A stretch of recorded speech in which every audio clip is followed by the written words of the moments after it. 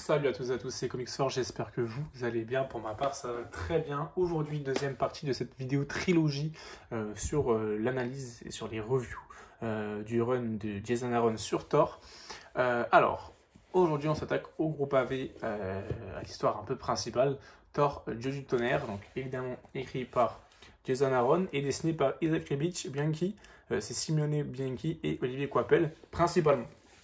Dedans, on retrouve, avant de commencer, Thor God of Thunder 2013, donc de 1 à 25, Original Sin 5.1 à 5.5, Unworthy Thor de 2017, donc 1 à 5, Mighty Thor at the Gates of Valhalla, donc 2018, donc c'est un one-shot, et Thor 2018 de 1 à 16, et pour finir, King Thor de 1 à 4, qui est la fin de son run sur le personnage de Thor.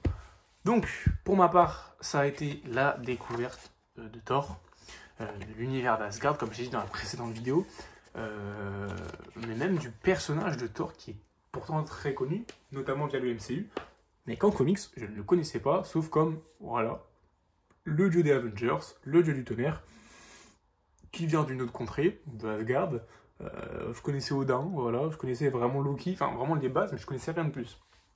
Et là, cet omnibus est super intéressant, et vraiment, vous apprenez vraiment énormément de choses, à savoir déjà déjà la mythologie d'Asgard, et notamment toute cette mentalité, toute la mentalité, tous les tourments, en fait, tout simplement, de Thor, et c'est super intéressant.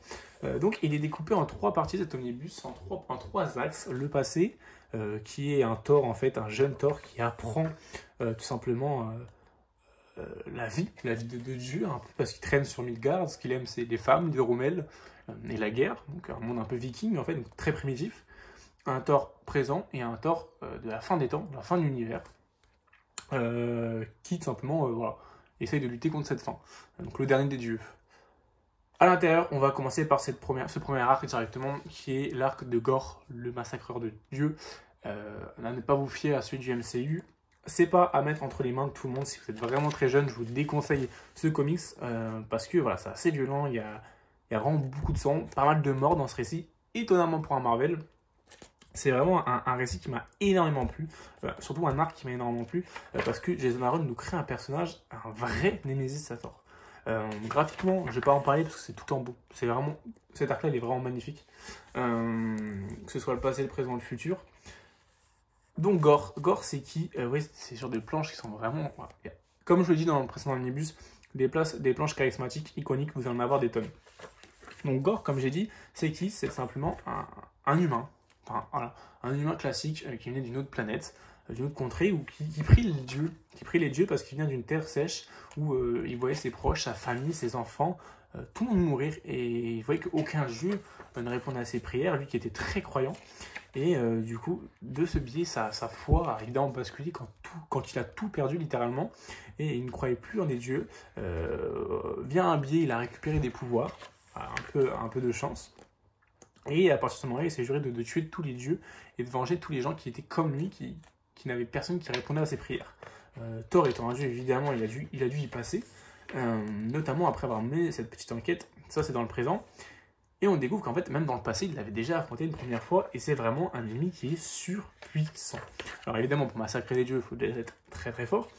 Et on a simplement des planches de combat qui sont monstrueusement bien dessinées, des combats qui ont des très belles chorégraphies, un personnage qui est surpuissant, qui torture littéralement Thor, hein, mais que ce soit physiquement, évidemment, mais mentalement aussi. Hein. Il détruit Thor dans tous les sens du terme, que ce soit dans le passé, dans le présent ou dans le futur.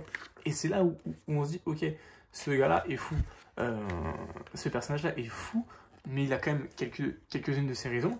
Et c'est là où on se dit, en lisant ces plans, je me suis dit, ok, là on est sur le Némésis ultime de Thor, parce que je connaissais pas, moi, en tant que néophyte de Thor, hein, c'est ma première lecture, je savais pas qui était le Némésis réel de Thor. Je savais qu'il y avait des ennemis connus comme Hela, des Mangog, ou des choses comme ça, mais vraiment des Thor, je connaissais pas vraiment son Némésis ultime, comme un Lex Luthor peut avoir Superman, ou comme Joker peut être celui de Batman.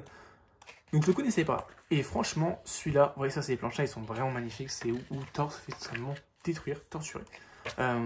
Et celui-là, pour moi, il est dans plusieurs sens du terme. C'est que, comme le retranscrit si bien ce récit, que ce soit des milliards et des milliards d'années plus tard, ou que ce soit de son vivant actuel, Gore restera toujours dans l'esprit de Thor. Gore restera toujours dans l'esprit de Thor. Parce qu'il l'a torturé et il lui a mis tout simplement des questions, des énigmes, des problématiques que Thor n'a pas pu ignorer parce que tout simplement c'est des problématiques qui sont réelles et il a réquestionné toute la vision de Thor. Faut savoir que évidemment dans ce récit, Thor est le Thor que l'on connaît tous, c'est un Thor actuel avec son Mjolnir, mais il va aussi devenir le Unworthy Thor, donc le Thor indigne, le dieu indigne, parce qu'il ne sera plus digne de soulever Mjolnir.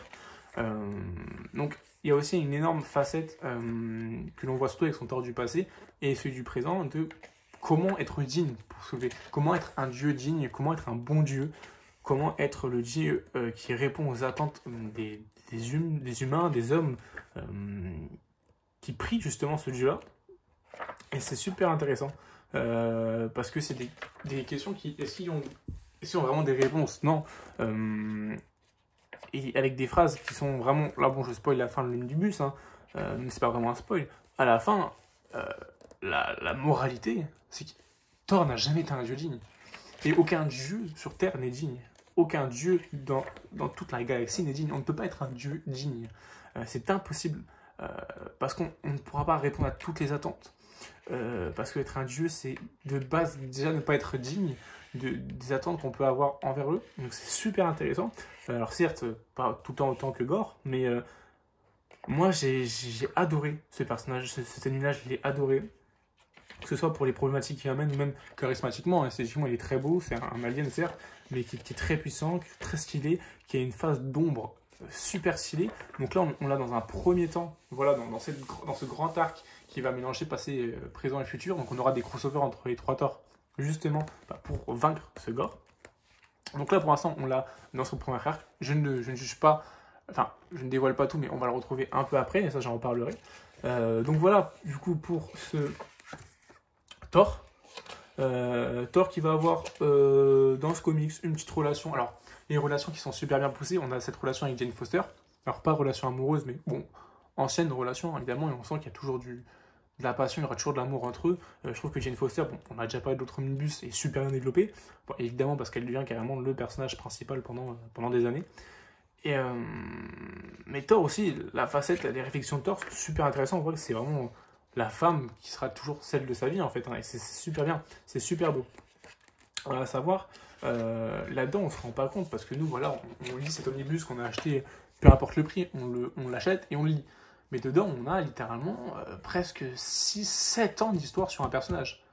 On a 6 ou 7 ans d'histoire sur un personnage, c'est énorme, c'est énorme. Et c'est encore beaucoup plus énorme quand on voit la qualité des récits qui sont à l'intérieur.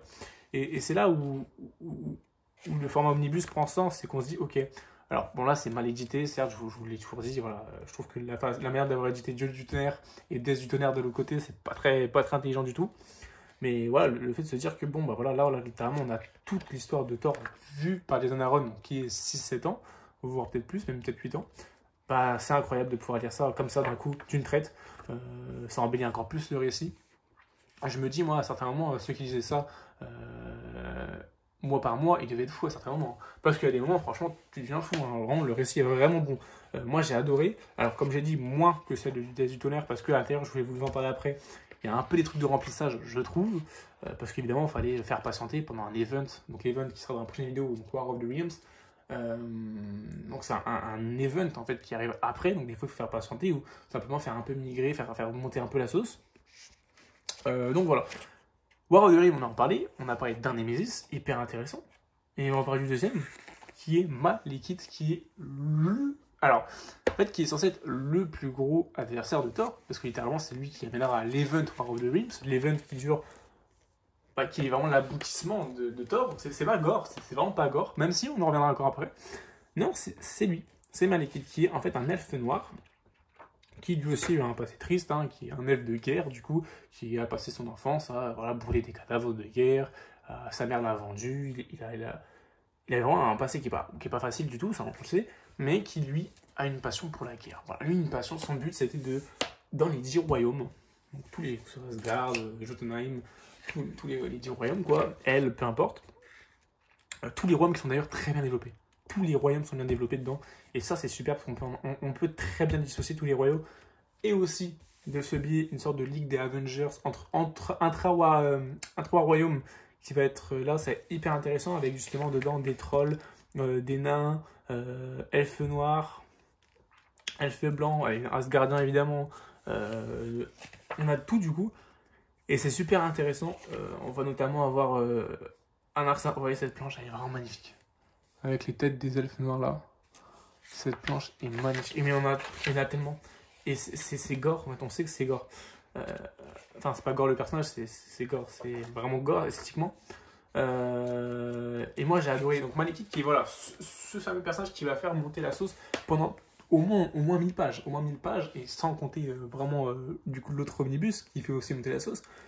On a ce personnage qui monte en puissance, qui monte son armée au fur et à mesure. On la voit se monter, et ça c'est super intéressant parce qu'on suit toute la guerre pour au final avoir un event, donc que vous verrez du coup dans la prochaine vidéo, un event qui est la conclusion finale de cette guerre, mais c'est une guerre qui est montée en puissance.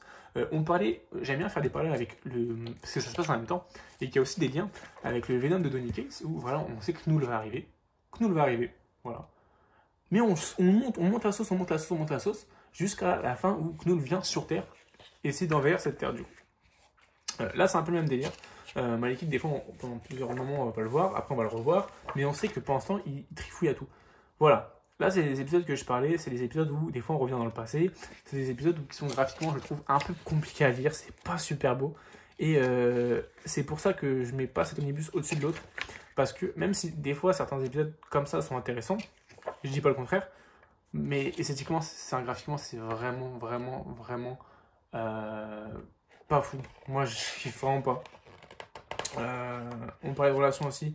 Là, l'agent Solomon, la relation amoureuse de Thor, on va dire, dans ce récit, dans ce run de Jason Aaron. Donc je disais, ouais, ça, il y a beaucoup de trucs de remplissage qui sont vraiment pas fous. On a des trucs épiques. On a un Galactus de la... Ça, c'est pendant le futur. Hein, donc, en fait, on voit cet Thor du futur qui est littéralement Odin. Il ressemble tellement à son père. Alors, pas dans la manière d'être, mais surtout dans... Esthétiquement, c'est vraiment son père. C'est vraiment son père. C'est vraiment Odin. Une très belle planche à côté. On a un Thor, donc de la fin des temps. Donc Thor, dernier dieu, contre un Galactus. Donc incroyable. On a un Thor contre... il y aura Ego. Il y aura un Loki à la fin des dieux. Il y aura un Wolverine possédé par le Phénix. On aura un Doctor Doom avec le point d'Iron Fist, tout en étant sorcier suprême. Et il me semble quelque chose d'autre encore. Donc vraiment, on a des combats sur-épiques. Mais vraiment, c'est de la régalade parce que voilà. La partie du futur, c'est pas celle que je préfère, honnêtement. J'aime vraiment celle du passé et j'aime vraiment celle du présent parce que c'est la timeline principale, évidemment. Mais celle du futur, à certains moments, est vraiment cool à lire. Je trouve que ça casse un peu avec le reste du récit. Ça permet de souffler. Et en fait, tout le long, le Thor du futur, je me suis dit, ah, ok, mais c'est pas fou. Ce serait peut-être mieux sans. Et à la fin, ça prend tout son sens. Parce que King Thor, donc les 4 derniers issues, du coup, qui viennent après l'event, enfin, qu'il faut lire après l'event de War of the Realms, donc les 4 derniers issues de cet omnibus-là, qui se situe du coup tout à la fin, parlent uniquement, enfin, à 90% du dieu du futur, en fait, de la fin des temps. Et en fait, ça prend tout son sens parce qu'on répond à des choses, il y a des paroles qui sont dites, qui prennent tout leur sens. Et on va en revenir. Donc là, il y a l'arc avec Roxxon. Là, c'est pas les trucs... Roxxon, c'est vraiment l'ennemi que j'ai le moins aimé. Parce que c'est un... En fait, moi, j'étais là dans un mood où je me dis, bon, là, on va découvrir des Diroem, ça va être bien. Et pendant un long arc, on nous a... Enfin, un long arc, non, un arc. On nous a bussé avec Roxxon, qui est un terrien, donc Dario Hager, qui est un terrien. Donc, ok, il y a un terrien. Mais franchement, ça me fait un peu chier parce que c'est pas ce que je voulais voir. C'est bien écrit, c'est cool, il y a des problématiques qui sont cool, que ce soit écologique et tout. Mais au final, on va plus le voir dans Mighty Thor. Où là, je trouve que ça a un peu plus son sens parce que bah, ça reste une terrienne de base, hein, Jane Foster. Mais là, le voir dans l'Omnibus Thor, ça me saoulait un petit peu. Et heureusement qu'on le voit pas tant que ça. Et là, du coup, ça va être à partir d'ici, à partir d'un événement qui se passe du coup dans Original 6, c'est pour ça qu'ils sont dans cet omnibus-là, que Thor perd le marteau de Mjolnir. Donc il va avoir toute une quête où il va essayer de reforger ce marteau, il va essayer de être digne. Dans un premier temps, évidemment, ce sera Jane Foster qui l'aura, mais Thor ne pourra pas le soulever.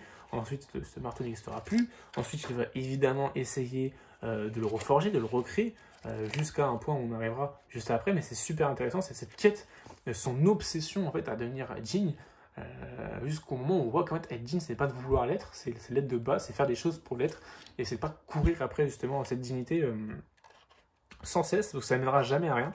Là on voit Loki qui est le personnage ultime de ce comics. Alors il y a deux personnages pour lesquels j'ai eu un coup de cœur. Et le premier, c'est Loki. Loki, pendant tout le comics, ça va être vraiment le Loki que je veux voir, ça va être le Loki qu'on aime.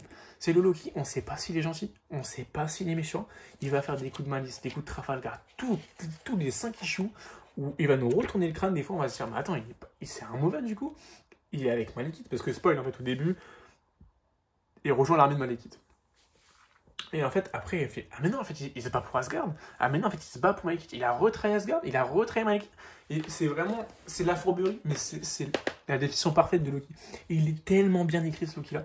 Il est tellement bien écrit. Et avec des problématiques incroyables. En fait, on voit ce Loki qui, du coup, en fait, il cherche juste de l'attention. Il cherche juste à être une bonne personne, Loki. Mais il n'y arrive pas parce qu'il est obsédé par cette malice, par cette trahison. Il ne peut pas se poser et être établi dans une hiérarchie, dans un royaume, dans une famille. Il ne peut pas. Il en est incapable. Il en est incapable. Mais ce Loki est incroyable parce qu'il a une très bonne moralité au final. Il a une très bonne moralité, mais c'est sa moralité. C'est pour ça qu'elle est aussi bonne. Un autre humain, on lui met cette moralité, on se dit non, cet humain-là, c'est une merde. C'est vraiment pas une bonne personne. C'est un méchant, c'est que bon, il est instable, on s'en fout de lui. Non, mais là, vu que c'est Loki, franchement, c'est excellent.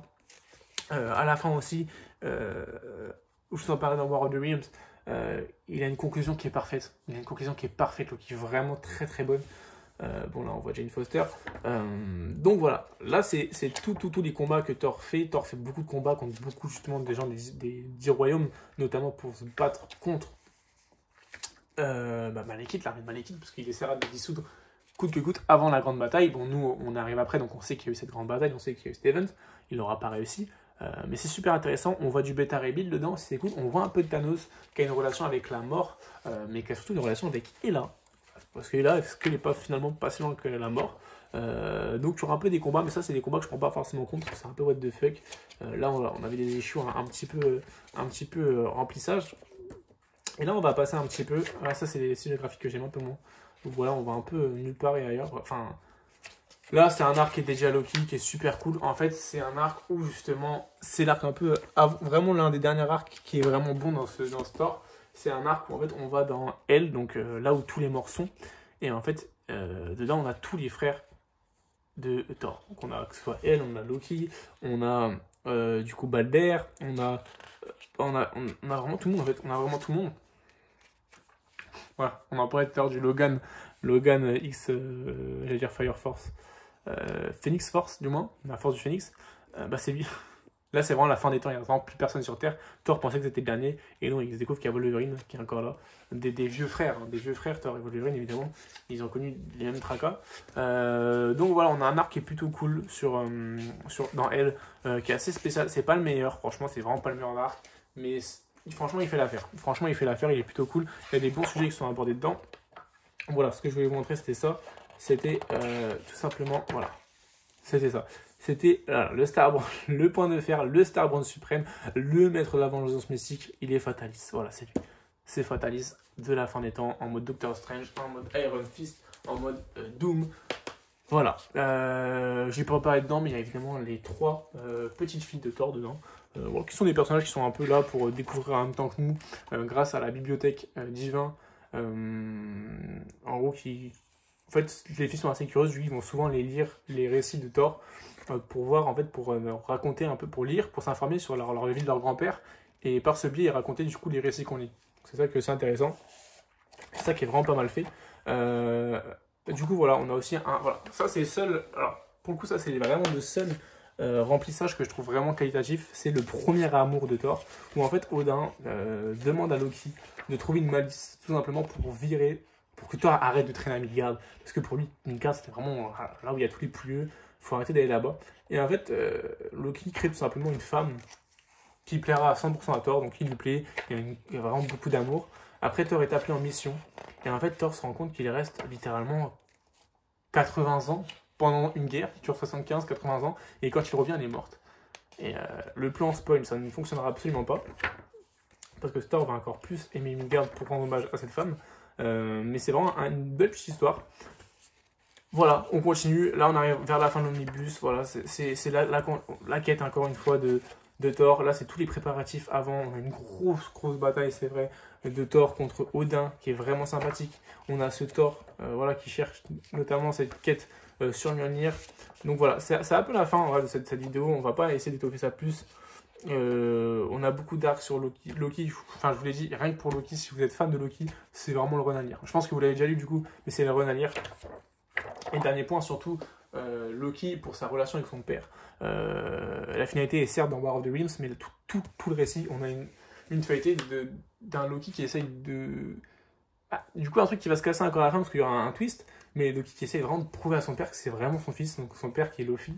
Donc c'est le roi en fait de Jotunheim, du royaume des glaces. Le roi, et c'est son fils, en fait, c'est Loki. Et du coup, Loki qui est en train de s'intégrer, parce qu'évidemment, il ne ressemble pas du tout à un géant des glaces. Et ça, son but, c'est de s'intégrer. Donc voilà. Là, on a passé tout le run de Shannara jusqu'à War of the Rings. Je vais quand même parler de roi Thor, King Thor, du coup, en VO, où en fait, ce sera tout simplement les dernières issues. Dans ces dernières issues, on voit tout simplement le Thor, donc, qui a recréé Midgard, qui a recréé énormément de choses, qui veut tout simplement voilà, essayer de repousser l'existence de l'univers, parce que l'univers voilà, est en train de se refermer sur lui-même, est en train de s'éteindre. Et il a souvent des petits ennemis par-ci, des petits ennemis par-là. Et là, on voit un ennemi suprême, c'est le Loki. Loki avec la nécro-épée, donc c'est là où on passe, sera l'épée du Knull, qu'on voit durant la guerre de War of the Realms, qu'en fait c'est Gorr qui détient l'épée de Knull, donc la nécro-épée, et on voit qu'en fait elle n'a jamais laissé Gorr, et en fait Gorr n'est pas mort, Gorr est mort, mais quand il est mort, il est resté dans l'entité qui est la nécro-épée, qui a été récupérée après par Loki. Donc Loki qui veut évidemment tuer son frère, là ça j'ai un peu moins aimé cette version-là, dans ce temps-là, parce que Loki ne veut jamais à ce point-là tuer son frère. Alors évidemment il veut toujours lui faire des malices, mais il veut pas le tuer de ses propres mains, il veut pas le tuer d'un coup d'épée. C'est pas ce Loki là, c'est pas vrai, ce Loki ne fait pas ça. Donc voilà. Sauf que dans la nécro-épée, il y a Gorr qu'on connaît, et on va avoir un combat mais monstrueux entre le père de tous, donc Thor, parce que c'est le père de tous à ce moment-là, Loki, ses trois filles, des dieux qu'ils arrivent à ressusciter, enfin qu'ils arrivent à réveiller parce qu'ils n'étaient pas morts, et Gorr. Et franchement, alors d'une, on voit toute la puissance de Gorr qui est monstrueuse, mais surtout on a une bataille qui est vraiment épique jusqu'à la fin. Vraiment belle. Et c'est là où on voit tous ces mots, c'est qu'en fait, quand on dit Gorr est l'ennemi ultime, c'est que Gorr n'a jamais, avant qu'il revienne, hein, Gorr n'a jamais cessé de hanter les esprits de Thor. Il n'a jamais cessé, il a toujours été là, toujours été derrière lui.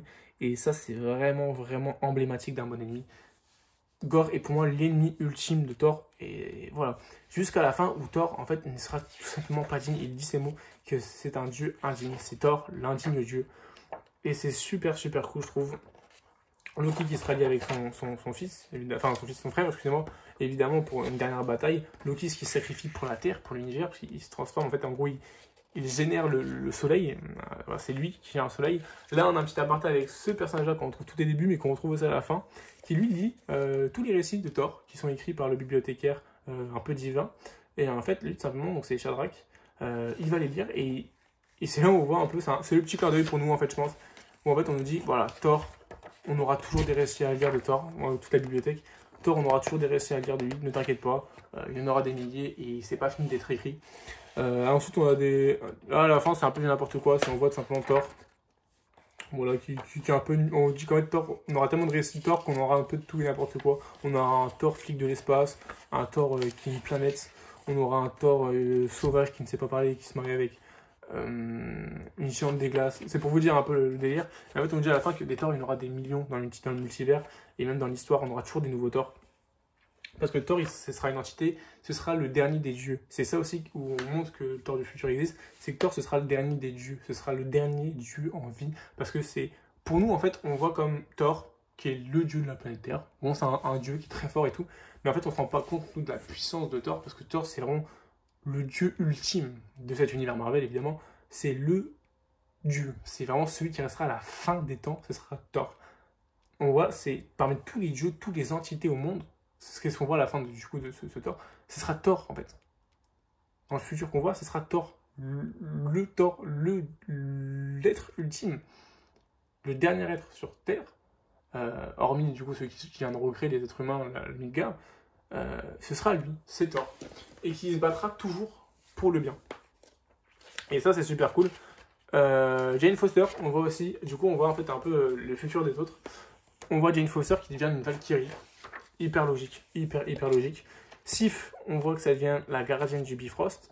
C'était justement le deuxième personnage dont je vais vous en parler.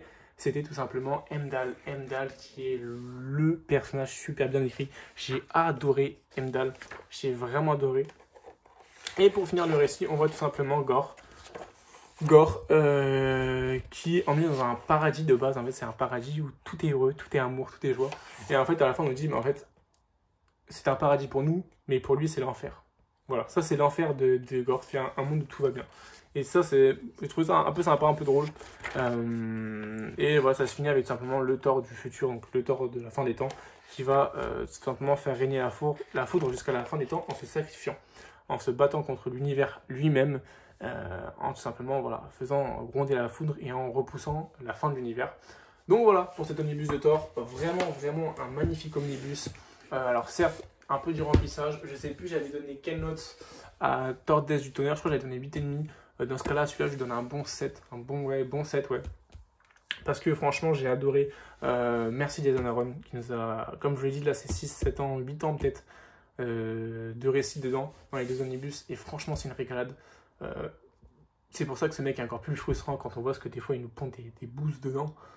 Donc devant, on voit les préquels, du coup, des Avengers, c'est notamment du dieu Odin, en fait, des Avengers préhistoriques. Mais on voit un peu les préquels, on comprend pourquoi il en arrive là.